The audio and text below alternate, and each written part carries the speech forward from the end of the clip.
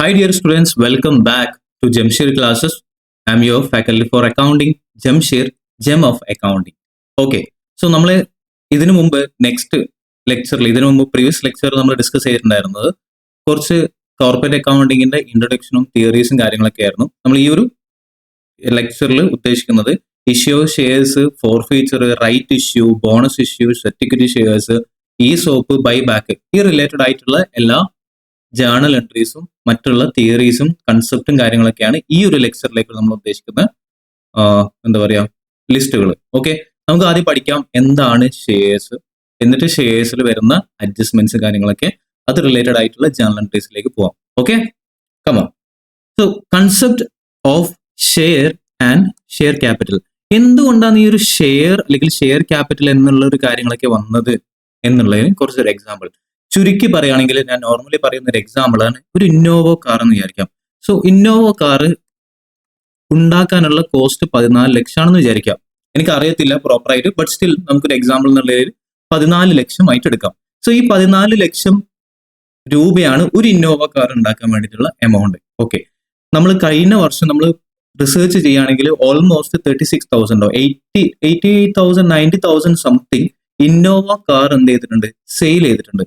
So Innova car 90,000, so 14 lakh into 90,000 എത്ര amount വരും, എത്ര പൂജ്യം ഉണ്ടാവും നോക്കി നോക്കുക, ഒന്ന് കാൽക്കുലേറ്റ് ചെയ്ത് നോക്കിയാൽ.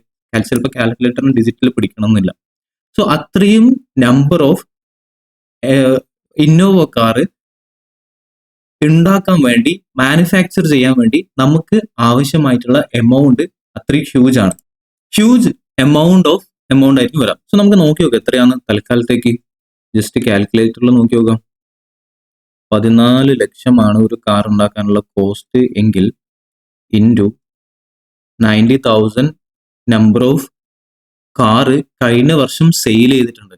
സോ കഴിഞ്ഞ വർഷം സെയിൽ ചെയ്യാം. നമ്മൾ സെയിൽ ചെയ്യേണ്ട കറക്റ്റ് ആയിട്ടാണോ നമ്മൾ നോർമലി മാനുഫാക്ചർ ചെയ്യാം? അല്ല, നമുക്ക് കുറച്ച് സ്റ്റോക്ക് ഒക്കെ ഉണ്ടാവും. ഇന്നോവ കമ്പനിയെ സംബന്ധിച്ചിടത്തോളം അവിടെ കുറച്ച് സ്റ്റോക്ക് ഒക്കെ ഉണ്ടാവും. ചിലപ്പോൾ 1 lakh ആണ് പ്രൊഡ്യൂസ് ചെയ്തെന്ന് വിചാരിക്കാം. തൽക്കാലം നമുക്ക് റൗണ്ട് ആയിട്ട് 1 lakh number of car produce ചെയ്തിട്ടുണ്ട്. ഒരു കാർ ഉണ്ടാക്കേണ്ട കോസ്റ്റ് 14 ലക്ഷമാണ്.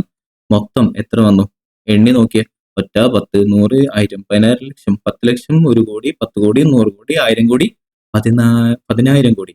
അതായത് 14,000 കോടി രൂപ, 14,000 crores റുപ്പീസ് വേണം നമുക്ക് ഈ ഇന്നോവ കാർ, 1 ലക്ഷം ഇന്നോവ കാർ ഉണ്ടാക്കാനുള്ള കോസ്റ്റ്. മനസ്സിലായോ? ഓക്കെ, സോ ടൊയോട്ടോ എന്നുള്ള കമ്പനിയുടെ ഒരു കാർ ആയിട്ടുള്ള 14 ലക്ഷം രൂപ കോസ്റ്റ് വരുന്ന, മാനുഫാക്ചർ ചെയ്യാൻ വരുന്ന കോസ്റ്റ് വരുന്ന ഇന്നോവ കാർ 1 ലക്ഷം യൂണിറ്റ് ഉണ്ടാക്കുന്നുണ്ടെങ്കിൽ നമുക്ക് വരുന്നത് 14,000 കോടി ആണ്. 1 lakh യൂണിറ്റ് നമ്മൾ ഉണ്ടാക്കുന്നുണ്ടെങ്കിൽ. സോ ഇത്രയും എമൗണ്ട്, ഹ്യൂജ് എമൗണ്ട് നമുക്ക് എന്ത് ചെയ്യാൻ പറ്റണമെന്നില്ല. സ്വന്തം പോക്കറ്റിലോ അല്ലെങ്കിൽ ഒരു 5-6 ആൾ കൂടിയിട്ടോ അല്ലെങ്കിൽ 10-20 ആൾക്കാർ കൂടിയിട്ടോ അല്ലെങ്കിൽ 200 ആൾക്കാർ കൂടിയിട്ടോ ചിലപ്പോൾ നമുക്ക് എന്ത് ചെയ്യാൻ പറ്റണമെന്നില്ല, ഫണ്ട് റൈസ് ചെയ്യാൻ വേണ്ടി പറ്റണമെന്നില്ല. അപ്പൊ നമ്മൾ ഈ ഒരു കൺസെപ്റ്റിൽ നിന്നാണ് എന്ത് വന്നിട്ടുള്ളത്, ഷെയർ ക്യാപിറ്റൽ, അതുപോലെ തന്നെ ഈ ഷെയർസ് എന്നുള്ളൊരു കൺസെപ്റ്റും കാര്യങ്ങളും വന്നിട്ടുണ്ടാവുക. വേറൊരു കാര്യം, നമ്മൾ ഇന്ത്യയിൽ ഓൾമോസ്റ്റ് എത്ര കോടി ജനങ്ങളുള്ളത്? 130 crores ആൾക്കാരുണ്ടെന്ന് വിചാരിക്കുക. അതിൽ 30 crores ആൾക്കാർ വിടാം. ബാക്കി എത്ര ആൾക്കാരുണ്ടാവും? 100 crores. ഈ 100 crores ഓരോ ആൾക്കാരും 10 രൂപ വെച്ചിട്ട് കോൺട്രിബ്യൂട്ട് ചെയ്യുന്നുണ്ടെങ്കിൽ എത്ര രൂപയും? 100 into 10, 1000 crores. വെറും 10 രൂപ വെച്ചിട്ട് ഒരാൾ കോൺട്രിബ്യൂട്ട് ചെയ്യുന്നുണ്ടെങ്കിൽ 1000 crores. 10 രൂപ പോട്ടെ, 1 രൂപ വെച്ചിട്ട് കോൺട്രിബ്യൂട്ട് ചെയ്യുന്നുണ്ടെങ്കിൽ എത്ര രൂപ വരും? 100 കോടി രൂപ വരും. സോ ഷെയർസ് എന്നുള്ള കൺസെപ്റ്റ് ആലോചിച്ച് നോക്കിയാൽ, നമുക്ക് ഹ്യൂജ് ക്യാപിറ്റലും കാര്യങ്ങളൊക്കെ വരുന്ന സമയത്ത് നമ്മളൊരു കമ്പനി ഫോം ചെയ്തിട്ടില്ലെങ്കിൽ ഇൻഡിവിജ്വലി അല്ലെങ്കിൽ പാർട്ണർഷിപ്പ് ആയിട്ട് അല്ലെങ്കിൽ നമ്മൾ നോർമൽ ഒരു 10, 20, 100, 200 ആൾക്കാർ കൂടിയിട്ട് ചിലപ്പോൾ നമുക്ക് എന്ത് ചെയ്യാൻ പറ്റണമെന്നില്ല, ഇങ്ങനെ ഒരു ഹ്യൂജ് ക്യാപിറ്റൽ റേസ് ചെയ്യാൻ വേണ്ടി പറ്റണമെന്നില്ല. ഇങ്ങനെയുള്ള ഒരു കൺസെപ്റ്റിൽ നിന്നാണ് നമുക്ക് എന്ത് കൊണ്ടുവന്നിട്ടുള്ളത്, ഷെയർ ക്യാപിറ്റൽ എന്ന് പറഞ്ഞിട്ട് കൊണ്ടുവന്നിട്ടുണ്ടായിരുന്നത്. അതായത് മൊത്തം ക്യാപിറ്റലിന്റെ ഒരു ഷെയർ. ഇവിടെ നമ്മളിപ്പം എടുത്തിട്ടുള്ള ഈ 14,000 കോടി എന്ന് പറഞ്ഞിട്ടുള്ള ഇന്നോവയുടെ വെറും ഒരു കാറിന്റെ മാനുഫാക്ചർ കോസ്റ്റ് ആണ്. സോ മാനുഫാക്ചറിങ് കോസ്റ്റ് ഉണ്ടാക്കണമെങ്കിൽ 14,000 കോടി വേണം. കൂടാതെ മാനുഫാക്ചറിങ് അല്ലാതെ നമുക്ക് ഇൻഡയറക്റ്റ് എക്സ്പെൻസസ് ഉണ്ടാവില്ലേ, അഡ്മിനിസ്ട്രേഷൻസ് ഉണ്ടാവില്ലേ, അക്കൗണ്ടിങ് ഉണ്ടാവില്ലേ, അതേപോലെ ഇലക്ട്രിസിറ്റി ഉണ്ടാവില്ലേ, അങ്ങനെ ഫാക്ടറി നമുക്ക് ചെയ്യണ്ടാവും, ഡിപ്രീസിയേഷൻ ഉണ്ടാവും, കുറെ റെന്റൽ ഉണ്ടാവും. ഇപ്പൊ മാർക്കറ്റിംഗ് ഉണ്ടാവും, അഡ്വർടൈസ്മെന്റ് ഉണ്ടാവും. ഇപ്പൊ ഇങ്ങനെയൊക്കെയുള്ള എക്സ്പെൻസും കാര്യങ്ങളിൽ ഇനിയും നമുക്ക് മീറ്റ് ചെയ്യണം. സോ നമുക്കൊരു ബിസിനസ്സിൽ ആവശ്യം വരുന്ന, അല്ലെങ്കിൽ ഇങ്ങനെയുള്ള ഒരു ടൈപ്പ് ഓഫ് ബിസിനസ്സിൽ ആവശ്യം വരുന്ന എമൗണ്ട് ഓഫ് ക്യാപിറ്റൽ എന്ന് പറയുന്നത് ഭയങ്കര ഹ്യൂജ് ആയിരിക്കും. സോ അതുകൊണ്ട് തന്നെയാണ് നമുക്ക് എന്തുകൊണ്ട് വന്നിട്ടുള്ളത് ഇങ്ങനൊരു ഷെയർ ക്യാപിറ്റൽ കൺസെപ്റ്റ്. ഓൾമോസ്റ്റ് നിങ്ങൾക്ക് അതിന്റെ ക്യാപിറ്റൽ അല്ലെങ്കിൽ ഷെയർ ക്യാപിറ്റലിന്റെ ആവശ്യകത എന്താണെന്നുള്ളത് നിങ്ങൾക്ക് മനസ്സിലായെന്ന് വിചാരിക്കുന്നു. നമുക്കിനി ടെക്സ്റ്റ് ബുക്കിലുള്ള ഇതിലേക്ക് പോകാം.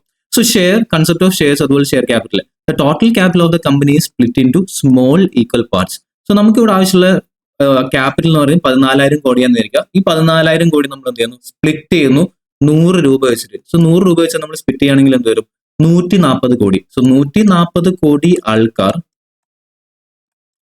100 രൂപ വെച്ചിട്ട് കോൺട്രിബ്യൂട്ട് ചെയ്യുകയാണെങ്കിൽ നമുക്ക് എന്ത് റേസ് ചെയ്യാൻ വേണ്ടി പറ്റും, 14,000 കോടി റേസ് ചെയ്യാൻ വേണ്ടി പറ്റും. ഇനി 140 കോടി ആൾക്കാർ തന്നെ വേണമെന്നുണ്ടോ, ഇല്ല. ചിലപ്പോൾ നമുക്ക് ഒരാൾക്കാർക്ക് അതിലും കൂടുതൽ നമുക്ക് കോൺട്രിബ്യൂട്ട് ചെയ്യാൻ വേണ്ടി പറ്റുന്നുണ്ടെങ്കിൽ അത്രയും നമ്പർ ഓഫ് ഷെയർസ് എടുക്കാം. സോ ഈ ഒരു ഹ്യൂജ് ടോട്ടൽ ക്യാപിറ്റലിനെ ഡിവൈഡ് ചെയ്ത് ഈക്വൽ പാർട്സ് ആക്കുന്നതിനാണ് ഷെയർ എന്നുള്ള ഒരു എമൗണ്ട് വരുന്നത്. സ്മോൾ സ്പ്ലിറ്റ് ചെയ്യും.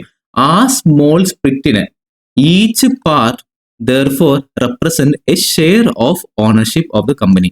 സോ ഇങ്ങനെ നമ്മൾ സ്പ്ലിറ്റ് ചെയ്യുന്ന ഒരു ഷെയറിന്റെ വാല്യൂ എന്ന് പറയുന്ന എമൗണ്ട് ആണ് എന്ത്, ഷെയർ ഓണർഷിപ്പ് ഓഫ് കമ്പനി എന്ന് പറയാം. സോ ആ കമ്പനിയുടെ ഒരു ഷെയറിന്റെ ownership. Okay, investors subscribing the same becomes the owner of the company and is known as share holders or members of the company. So ഇങ്ങനെയുള്ള ഒരാളെയാണ് നമ്മൾ എന്ത് പറയുന്നത്, ഷെയർ ഹോൾഡേഴ്സ്. ഞാൻ നേരത്തെ ലെക്ചേഴ്സിലേക്ക് കുറെ യൂസ് ചെയ്ത ടേം ആയിരുന്നു share holders. So share holders എന്ന് പറഞ്ഞാൽ അതിന്റെ മീനിങ് എന്താ, ഈ ടോട്ടൽ ക്യാപിറ്റലിനെ സ്പ്ലിറ്റ് ചെയ്തിട്ട് ഈക്വൽ പാർട്ടായിട്ട് മാറ്റും.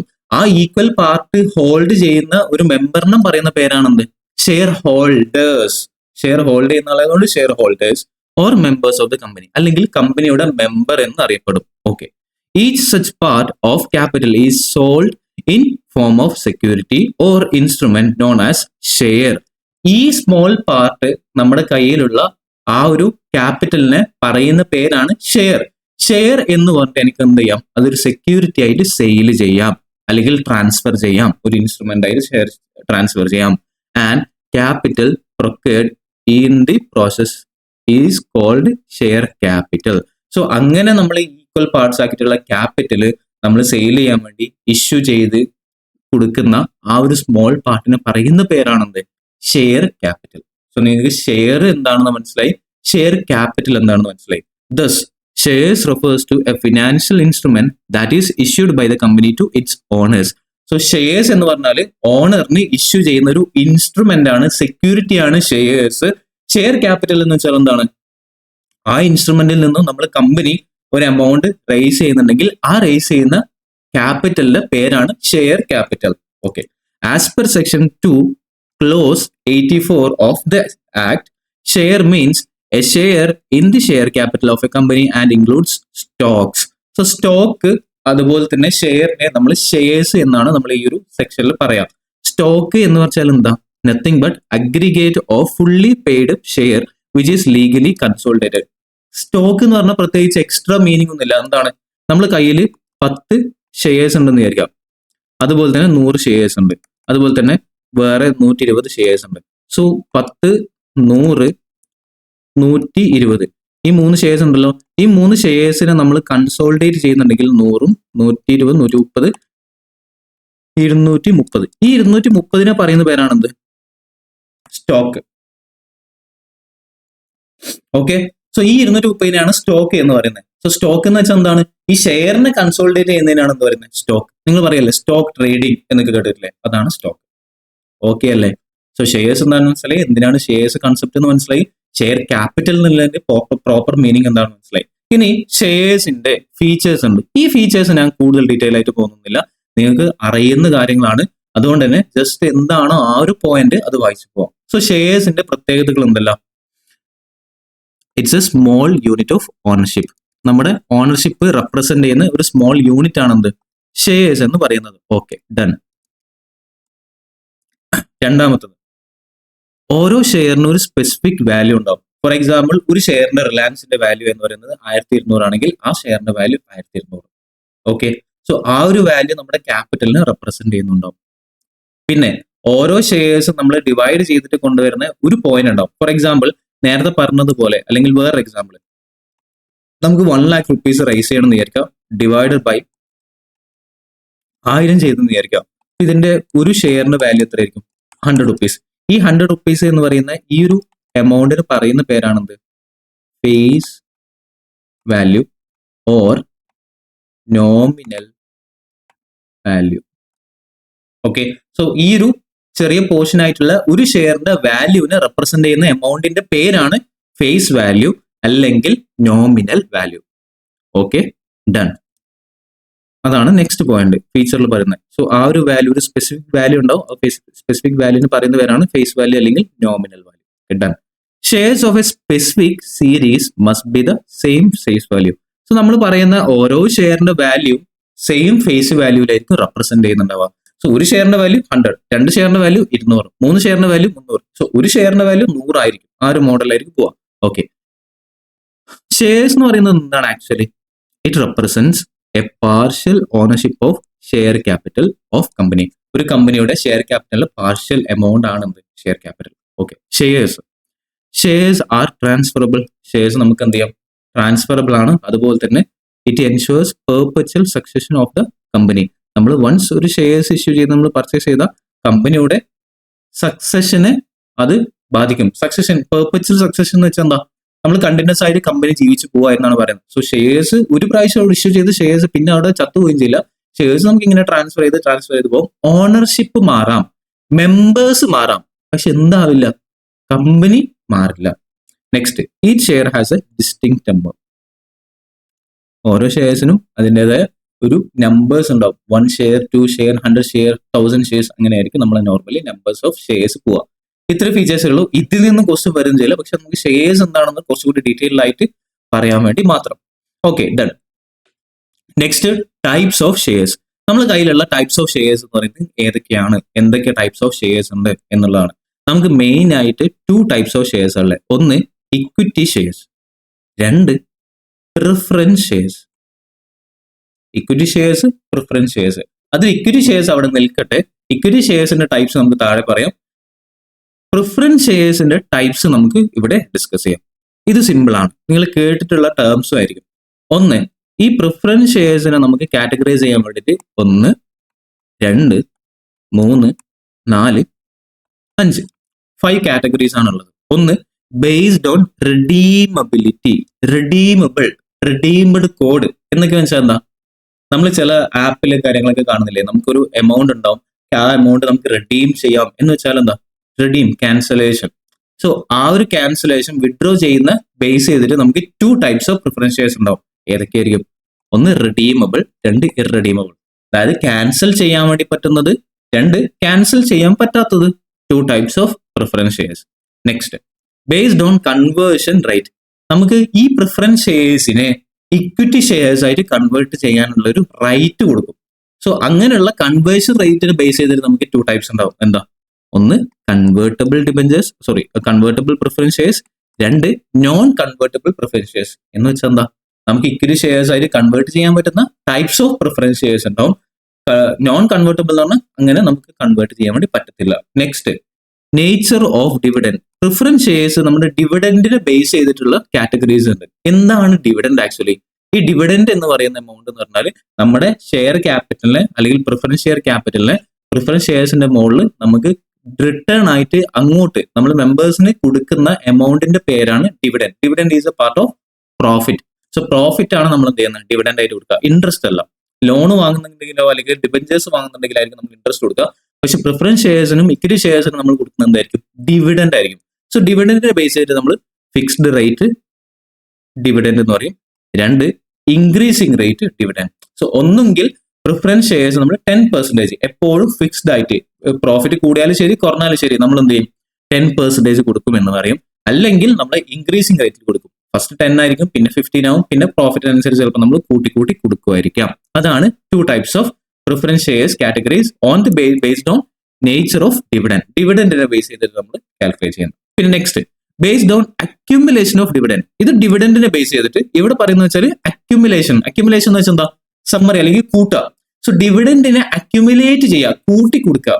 അങ്ങനെ അതിനെ ബേസ് ചെയ്തിട്ടുള്ള ഡിവിഡൻഡ് എന്ന് വെച്ചാൽ ഒന്ന് cumulative dividend, cumulative preference shares. രണ്ട് non cumulative preference shares. For example ഞാൻ പറഞ്ഞുതരാം. നമ്മൾ 10% പ്രിഫറൻസ് ഷെയർസ് ആണ് കൊടുക്കേണ്ടതെന്ന് വിചാരിക്കാം. 10% ഓഫ് പ്രിഫറൻസ് ഷെയർസ് ആണ് നമ്മളെ കയ്യിലുള്ള ക്യാപിറ്റൽ എമൗണ്ട് എന്ന് പറയുന്നത് 1 lakh rupees ആണെന്ന് വിചാരിക്കാം. സോ 1 lakh rupeesന്റെ 10% ആണ് ഡിവിഡൻഡ് എന്ന് പറയാം. So dividend 10,000. സോ ഈ 10,000 rupees കൊടുക്കാൻ വേണ്ടി എന്റെ കയ്യിൽ ഈ വർഷം പ്രോഫിറ്റ് ഇല്ല.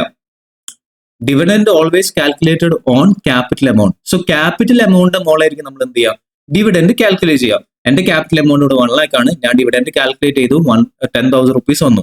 ഈ വർഷം കൊടുക്കാൻ വേണ്ടി എന്റെ കയ്യിൽ പ്രോഫിറ്റ് ഇല്ല. ഓക്കെ, സോ നെക്സ്റ്റ് ഇയറിൽ ഞാൻ കൊടുക്കുന്ന സമയത്ത് കഴിഞ്ഞ വർഷത്തതും നെക്സ്റ്റ് ഇയറിലും കൂടിയിട്ട് 2 വർഷത്തെ ഡിവിഡൻഡ് ഞാൻ ആർക്ക് പേയ്മെന്റ് ചെയ്യും? പ്രിഫറൻസ് ഷെയർസ് ഹോൾഡേഴ്സിന് കൊടുക്കും. അങ്ങനെ പറയുന്ന ടൈപ്സ് ഓഫ് പ്രിഫറൻസ് ഷെയർസ് ആണെന്ത്? Cumulative preference shares. ദെൻ അങ്ങനെ കൊടുക്കാത്ത, അതായത് ഈ വർഷം ഞാൻ കാൽക്കുലേറ്റ് ചെയ്തു 10,000, ഈ വർഷം പ്രോഫിറ്റ് ഉണ്ടോ? ഇല്ല. നെക്സ്റ്റ് വർഷം പ്രോഫിറ്റ് ഉണ്ട്. അപ്പൊ നെക്സ്റ്റ് വർഷം നമ്മൾ കൊടുക്കുന്നത് പ്രീവിയസ് ഇയറിലുള്ള ഡിവിഡൻഡ് കൊടുക്കില്ല, നെക്സ്റ്റ് വർഷത്തെ മാത്രമായിരിക്കും. അങ്ങനെ പറയുന്ന പ്രിഫറൻസ് ഷെയർസ് ആണ് എന്ത്? Non cumulative preference shares. Then next, based on participation rights. So നമുക്ക് പാർട്ടിസിപ്പേറ്റ് ചെയ്യാൻ വേണ്ടി പറ്റുന്ന വോട്ടിംഗ് റൈറ്റ് അല്ലെങ്കിൽ വോട്ടിംഗ് റൈറ്റിന് ഉള്ള ടൈപ്സ് ഓഫ് പ്രിഫറൻസ് ഷെയർസ് വേണമെങ്കിൽ നമുക്ക് ഇഷ്യൂ ചെയ്യാം. അതാണ് ഒന്ന് പാർട്ടിസിപ്പേറ്റീവ് പ്രിഫറൻസ് ഷെയർസ്, രണ്ട് നോൺ പാർട്ടിസിപ്പേറ്റീവ്. പാർട്ടിസിപ്പേറ്റ് ചെയ്യാൻ പറ്റുന്നതാണെങ്കിൽ പാർട്ടിസിപ്പേറ്റീവ് പ്രിഫറൻസ് ഷെയർസ് എന്ന് പറയും, പാർട്ടിസിപ്പേറ്റ് ചെയ്യാൻ പറ്റുന്നില്ലെങ്കിൽ non participative preference shares.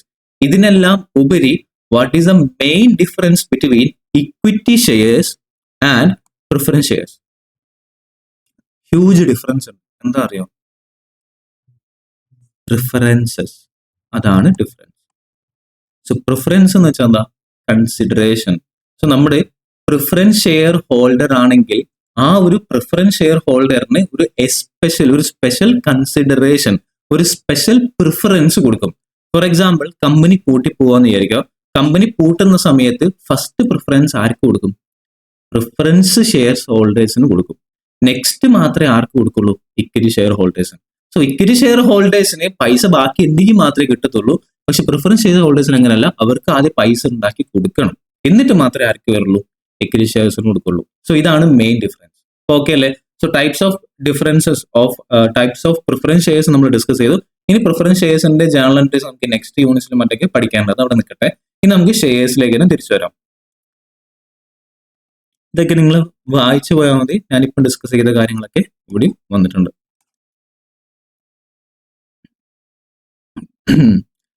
Next, types of share capital. ഇവിടെ ഡിസ്കസ് ചെയ്യുന്നത് ഇക്വിറ്റി മാത്രമല്ല, equity and preference shares. So ഇവിടെ ബേസിക്കലി സംസാരിക്കുന്നത് ഷെയർ ക്യാപിറ്റലിന്റെ ടൈപ്സ് ആണ്, അല്ലാതെ ഇക്വിറ്റി ഷെയർ ക്യാപിറ്റൽ അല്ല.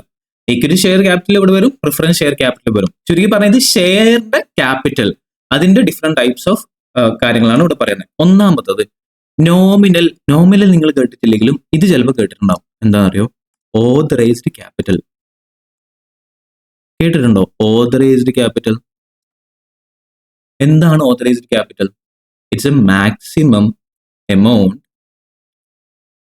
Authorised to raise from the company. So basically authorised capital എന്ന് വെച്ചാൽ എന്താണ്? Maximum amount authorised to raise from the company. So കമ്പനിന് മാക്സിമം റൈസ് ചെയ്യാൻ വേണ്ടി പറ്റുന്ന എമൗണ്ടിനെ പറയുന്ന പേരാണ് ഓതറൈസ്ഡ് ക്യാപിറ്റൽ. ഫോർ എക്സാമ്പിൾ, എൻ്റെ കമ്പനിയുടെ ഓതറൈസ്ഡ് ക്യാപിറ്റൽ എന്ന് പറയുന്നത് 10 lakh rupees ആണെങ്കിൽ എനിക്ക് മാക്സിമം ക്യാപിറ്റൽ ആയിട്ട് റൈസ് ചെയ്യാൻ വേണ്ടി പറ്റുന്നത് എത്ര എമൗണ്ട് ആയിരിക്കും? 10 lakh rupees. ആ മാക്സിമം ലിമിറ്റ് ആണത് authorised capital. Authorised capital is also known as nominal capital and also known as registered capital. Okay, so authorised capital is equal to nominal capital is equal to registered capital. ആ ഒരു പേര് നിങ്ങൾ എന്ത് ചെയ്യാം? Not ചെയ്ത് വെക്കുക. ചിലപ്പോൾ നിങ്ങൾ ചില ക്വസ്റ്റ്യനിൽ നോമിനൽ ക്യാപിറ്റൽ എന്ന് പറയുന്ന പകരം രജിസ്റ്റേർഡ് ക്യാപിറ്റൽ എന്ന് പറയും. അപ്പൊ കൺഫ്യൂഷൻ ആയി പോയത് സെയിം ആണ്. ഇനി ഈ മാക്സിമം എമൗണ്ടിൽ നിന്നും ഞാൻ പബ്ലിക്കിന്റെ അടുത്ത് ഇഷ്യൂ ചെയ്യാൻ വേണ്ടി ഉദ്ദേശിക്കുന്ന ഷെയർ എന്ന് പറയുന്നത് 8 lakh rupees ആണെന്ന് വിചാരിക്കാം. സോ ഈ 8 lakh rupees എന്ന് പറഞ്ഞാൽ എന്താ? Actually the part of authorised capital അല്ലേ? So the part of authorised capital, part of authorized capital which is offered to public to subscribe. So എൻ്റെ ഈ കയ്യിലുള്ള ഓതറൈസ്ഡ് ക്യാപിറ്റലിലെ പാർട്ട് ആയിട്ടുള്ള ഒരു എമൗണ്ട് ആണ് എന്ത്, ഇഷ്യൂഡ് ക്യാപിറ്റൽ. ഞാൻ പബ്ലിക്കിനോട് പറയാണ് 8 lakh rupeesന്റെ ഷെയർസ് ഞാൻ ഇഷ്യൂ ചെയ്യുന്നുണ്ട്, നിങ്ങളൊന്ന് സബ്സ്ക്രൈബ് ചെയ്യണം. സോ ഈ 8 lakh rupees നമ്മുടെ ഓതറൈസ്ഡ് ക്യാപിറ്റലിലെ പാർട്ടായിട്ട് വരും. ലെക്ചേഴ്സ് കുറച്ച് സ്ലോ ആയിട്ടാണ് നമ്മൾ പോകുന്നത്. ലെക്ചർ നമ്പർ 1ഉം 2ഉം ഈ ഒരു മോഡലിൽ തന്നെ പോകുന്നുണ്ട്. പിന്നെ നമ്മൾ നെക്സ്റ്റ് പ്രോബ്ലംസിലേക്ക് അല്ലെങ്കിൽ നിങ്ങൾ ടേംസ് ഒക്കെ ഫെമിലിയർ ആവുന്ന സമയത്ത് നമ്മൾ അതിനനുസരിച്ച് ചെയ്യാം, സ്പീഡ് കൂട്ടാം. ഓക്കെ, അതിൽ ബേജാറാവുകയോ ടെൻഷൻ ആവുകയൊന്നും വേണ്ട, നമ്മൾ സ്പീഡിലേക്ക് എത്തും. ഓക്കെ, നോ എന്താ പറയാ, നോ വറീസ്. നെക്സ്റ്റ് ഇഷ്യൂഡ് ക്യാപിറ്റലായി. ഇനി ഇഷ്യൂഡ് ക്യാപിറ്റലിന് ശേഷം വരുന്നതാണ് എന്ത്, സബ്സ്ക്രൈബ്ഡ് ക്യാപിറ്റൽ. നമ്മൾ പബ്ലിക്കിനോട് പറഞ്ഞു 8 lakh rupees ഇഷ്യൂ ചെയ്തിട്ടുണ്ടെന്ന്. ഈ 8 lakh rupees പബ്ലിക് സബ്സ്ക്രൈബ് ചെയ്യണമെന്നുണ്ടോ? ആഹാ. സോ സബ്സ്ക്രൈബ്ഡ് ക്യാപിറ്റൽ പറഞ്ഞതാണ്, അല്ലെങ്കിൽ മെമ്പേഴ്സ് പറയാണ് നിങ്ങൾ 10 ലക്ഷം രൂപ ഓതറൈസ്ഡ് വെച്ചിട്ട് നമുക്ക് 8 lakh rupees അല്ലേ ഇഷ്യൂ ചെയ്യാൻ വേണ്ടി പറഞ്ഞ് നമ്മൾ 8 lakh rupees സബ്സ്ക്രൈബ് ചെയ്യുന്നില്ല, 7,50,000 rupees മാത്രമേ സബ്സ്ക്രൈബ് ചെയ്യുന്നുള്ളൂ. ഇനി ഇതിന്റെ എക്സ്പ്ലനേഷൻ എന്താ? 7,50,000 rupees is a part of issued capital which are subscribed by the public. So part of issued capital which applications are received. അല്ലെങ്കിൽ നമ്മുടെ മെമ്പേഴ്സ് അപ്ലിക്കേഷൻ കൊടുത്തു, അല്ലെങ്കിൽ മെമ്പേഴ്സ് പബ്ലിക് സബ്സ്ക്രൈബ് ചെയ്ത എമൗണ്ട്. ഡൺ. സോ സബ്സ്ക്രിപ്ഷനും ആപ്ലിക്കേഷനൊക്കെ കിട്ടി. Next called up capital. എന്താണ് called up capital? Called up capital എന്ന് പറഞ്ഞാൽ സിമ്പിൾ ഇതേപോലെ തന്നെ പറ. It's a part of subscribed capital which are called by the company. For example, നമ്മുടെ കമ്പനിയിൽ 7,50,000 അപ്ലിക്കേഷൻ കിട്ടി. പക്ഷെ ഈ 7,50,000 നമ്പർ ഓഫ് ഷെയർസിന്റെ എമൗണ്ട് അന്നേരം തന്നെ കളക്ട് ചെയ്യണമെന്നുണ്ടോ? 10 lakh നമ്പർ ഓഫ് ഷെയർസ് ആയിരുന്നു പറഞ്ഞിട്ടുണ്ടായിരുന്നത്. ഇതിന്റെ ഫേസ് വാല്യൂ എന്ന് പറയുന്നത് 10 rupees ആണെന്ന് വിചാരിക്കുക. സോ ഓതറൈസ്ഡ് ക്യാപിറ്റൽ എത്രയും 10 lakh into 10 എത്ര വരും? 1 crore. ഇനി issued capital 8 lakh number of shares ആണ്. 8 lakh into 10 എത്ര വരും? 80 lakh. ആ 80 lakhൽ നിന്നും സബ്സ്ക്രൈബ്ഡ് ക്യാപിറ്റൽ എന്ന് പറയുന്ന നമ്പർ ഓഫ് അപ്ലിക്കേഷൻ എത്രയാണ്? 7,50,000. ഈ 7,50,000 into 10 ഫുൾ എമൗണ്ട് ചിലപ്പോൾ നമുക്ക് കിട്ടണമെന്നില്ല, ജസ്റ്റ് അപ്ലിക്കേഷൻ മാത്രമേ കിട്ടിയിട്ടുണ്ടാവുക. സോ നോർമലി നമ്മൾ ഷെയർസ് കളക്ട് ചെയ്യുന്ന സമയത്ത് നമ്മൾ 2-3 പാർട്ടായിട്ട് വാങ്ങും. സോ ഒരു ആദ്യം 2 രൂപ വാങ്ങും, പിന്നെ 3 രൂപ വാങ്ങും, പിന്നെ 3 രൂപ വാങ്ങും, പിന്നെ 2 രൂപ. ഇങ്ങനെ പാർട്ടായിട്ടായിരിക്കും നമ്മൾ ചിലപ്പോൾ എന്ത് ചെയ്യാം, ഷെയർസിന്റെ എമൗണ്ട് നമ്മൾ വാങ്ങുന്നുണ്ടാവാം. സോ ഷെയർസിന്റെ എമൗണ്ട് നമ്മൾ വാങ്ങുന്ന സമയത്ത് നമുക്ക് വരുന്ന ആ ഒരു ഡിഫറൻസസ് ഉണ്ടാവില്ലേ, അല്ലെങ്കിൽ നമ്മൾ എത്രയാണോ കോൾ ചെയ്യാൻ ഉദ്ദേശിക്കുന്നത് അത് കമ്പനിയുടെ വിഷയമാണ്, അല്ലെങ്കിൽ കമ്പനി അപ് ടു കമ്പനിയാണ്. കമ്പനി പറയുകയാണെങ്കിൽ നിങ്ങൾ 7,50,000 rupees തന്നെ നമ്പർ ഓഫ് ഷെയർസ് സബ്സ്ക്രൈബ് ചെയ്തല്ലോ, ഓക്കെ ഡൺ. പക്ഷേ അതിൽ ഞാൻ കോൾ ചെയ്യുന്നത് വെറും 5 രൂപയാണെന്ന് വിചാരിക്കാം. അങ്ങനെയാണെങ്കിൽ നമ്മുടെ കയ്യിലേക്ക് വരുന്ന ഈ എമൗണ്ട് അല്ലേ, the amount on the shares which is actually demanded by the company to be paid. So നമ്മൾ കമ്പനിയോട് പറയണം, അല്ലെങ്കിൽ നമ്മൾ മെമ്പേഴ്സിനോട് പറയുകയാണെന്ത്, 7,50,000 നമ്പർ ഓഫ് ഷെയർസിൽ നിന്നും നിങ്ങൾ 5 രൂപ എന്ത് ചെയ്താൽ മതി, നമുക്ക് പേയ്മെന്റ് ചെയ്താൽ മതി. സോ 7,50,000 into 5 എത്ര വരും? 30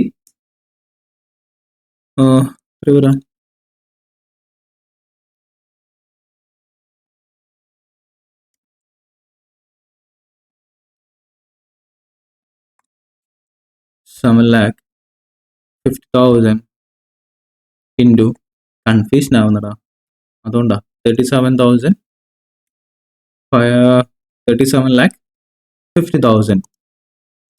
സോ 37,50,000 ഈ എമൗണ്ട് ആയിരിക്കും എന്ത്, called up amount. Done. So നമ്മൾ കോൾ ചെയ്തത് 37,50,000. ഈ കോൾ ചെയ്ത എമൗണ്ടിൽ നിന്ന് നമുക്ക് എല്ലാ എമൗണ്ടും കിട്ടണമെന്നില്ല, മനസ്സിലായോ? സോ കമ്പനി ഡിമാൻഡ് ചെയ്യുന്ന എമൗണ്ട് ആണ് 5 rupees പെർ ഷെയർ. പക്ഷെ ഈ 5 rupees പെർ ഷെയർ എല്ലാ എമൗണ്ടും ആര് തരണമെന്നില്ല, നമ്മുടെ മെമ്പേഴ്സ് തരണമെന്നില്ല. സോ മെമ്പേഴ്സ് തരാത്ത ഈ എമൗണ്ടിന് പറയുന്ന പേരാണെന്ത്, അല്ല മെമ്പേഴ്സ് തരാത്തല്ല, ഈ മെമ്പേഴ്സ് പേയ്മെന്റ് ചെയ്യുന്ന എമൗണ്ടിന്റെ പേരാണെന്ത്, പെയ്ഡ് അപ്പ് ക്യാപിറ്റൽ. സോ ഇതിൽ 7,50,000 നമ്പർ ഓഫ് ഷെയർസ് ഇൻറ്റു 5 37,50,000 ആയിരുന്നു കോൾഡ് അപ്പ് വാല്യൂ. ഈ എമൗണ്ടിൽ നിന്നും എനിക്ക് കിട്ടിയിട്ടുള്ളത് 7 lakh നമ്പർ ഓഫ് ഷെയർസിന്റെ 5 രൂപയാണെന്ന് വിചാരിക്കാം. ബാക്കി 5,000 അല്ല 50,000 നമ്പർ ഓഫ് ഷെയർസ് ഹോൾഡ് ചെയ്യുന്ന ആൾക്കാർ പേയ്മെന്റ് തന്നിട്ടില്ല. ഓക്കെ, അങ്ങനെയാണെങ്കിൽ എത്ര എമൗണ്ട് വരും? 35 lakh. ഇവിടെ 35 lakh. സോ ഈ 35 lakh റുപ്പീസ് എങ്ങനെയാണ് വരുന്നത്?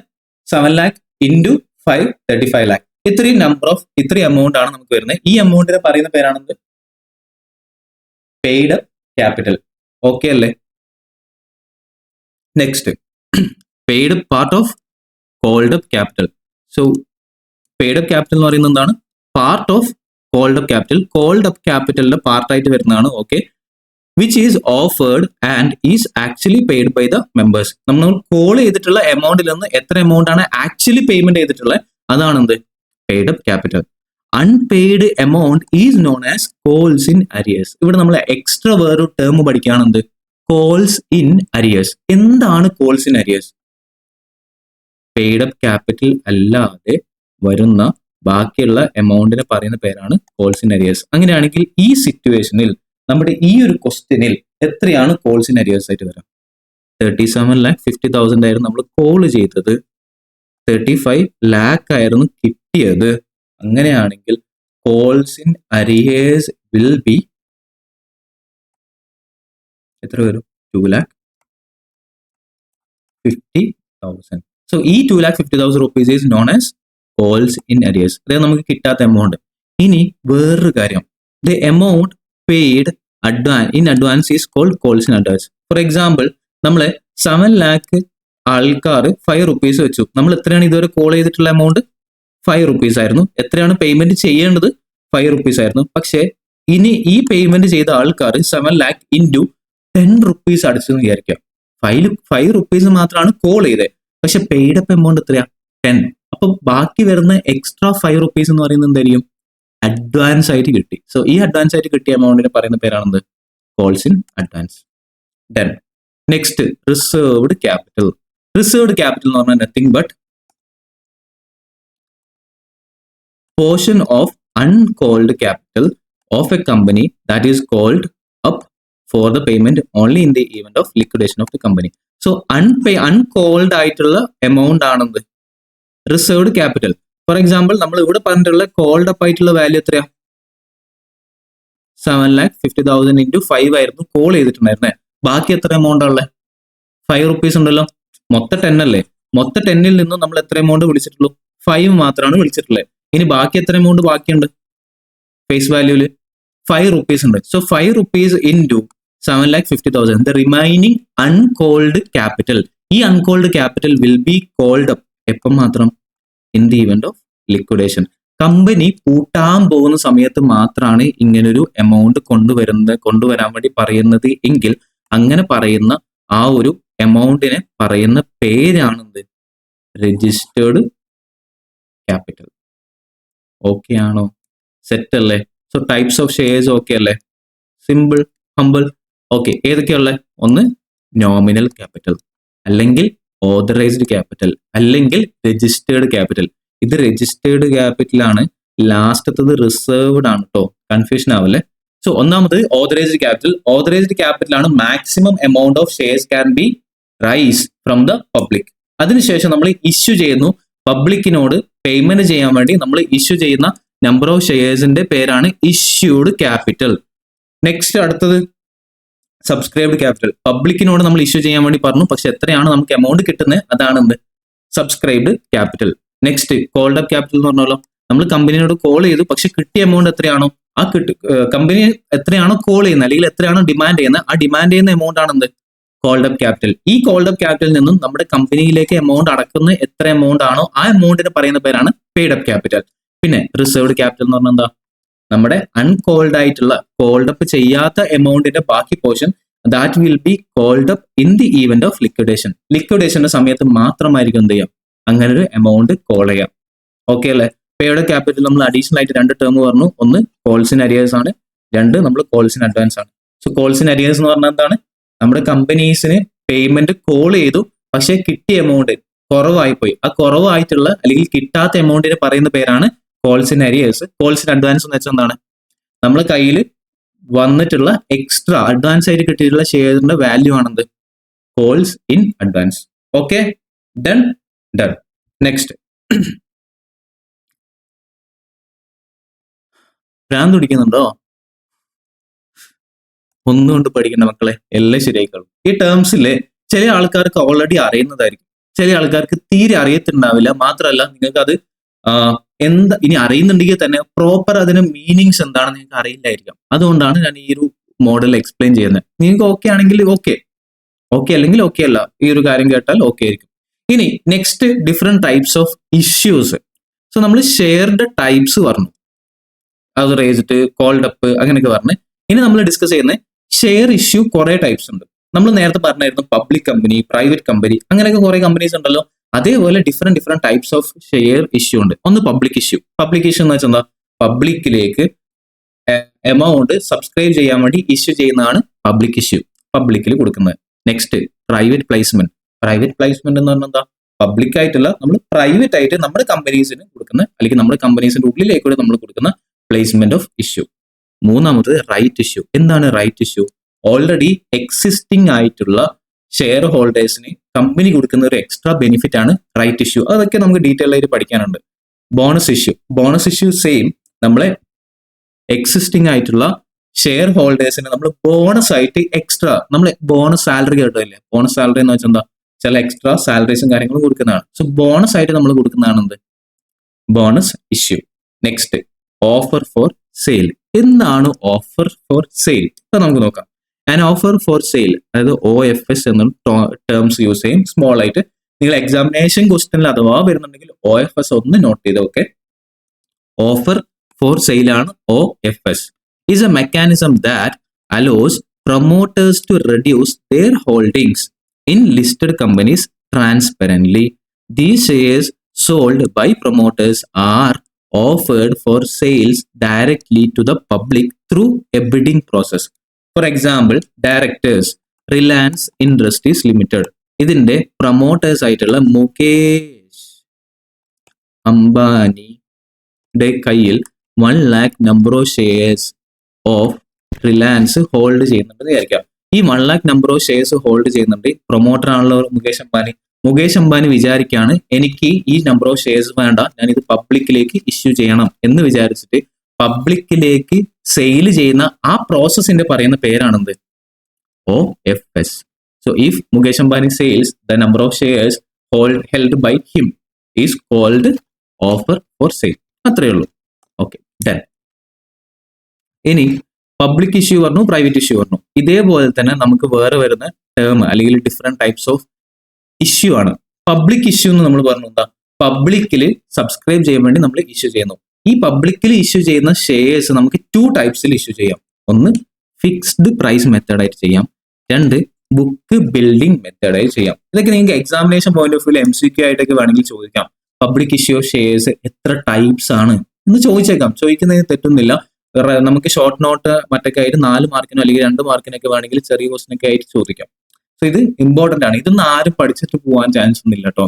ഇത് ആരെങ്കിലും കേട്ടിനാന്ന് ചോദിച്ചാൽ തന്നെ അറിയത്തില്ലായിരിക്കും.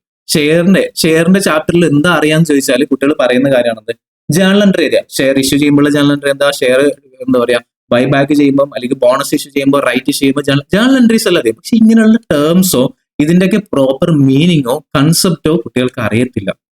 അപ്പോൾ അഥവാ എക്സാമിനേഷൻ ഇങ്ങനെ ഒരു ടേംസ് യൂസ് ചെയ്യുന്നുണ്ടെങ്കിൽ നമുക്കത് എന്താണെന്ന് അറിയില്ല. മനസ്സിലായോ? So examination point of view important തന്നെയാണ്. അപ്പൊ നമുക്ക് പറയാം പബ്ലിക് ഇഷ്യൂ ചെയ്യുന്നത് പറഞ്ഞു. സോ ഈ public issue of shares 2 types ഉണ്ട്. എന്താ?